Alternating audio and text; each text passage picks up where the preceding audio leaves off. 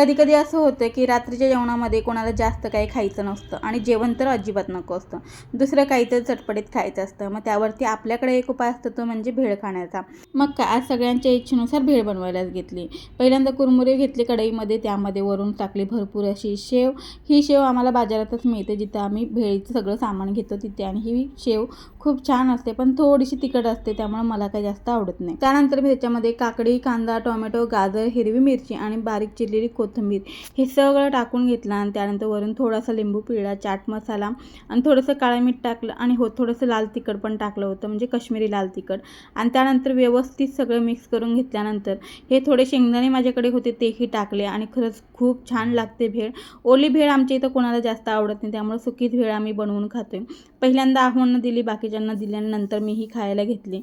तसं तर मी जेव्हा एकटीसाठी बनवते तेव्हा त्याच्यामध्ये मी फरसाणा वगैरे काही टाकत नाही. कांदा, टोमॅटो, गाजर हे तेवढं सगळं टाकून खाते.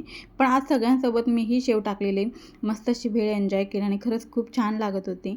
सगळ्यांचं खाऊन झालं आणि आमची मनीमाऊ मात्र माझ्यावर रुसली होती. ती तर माझ्याकडे बघायलाही तयार नव्हती.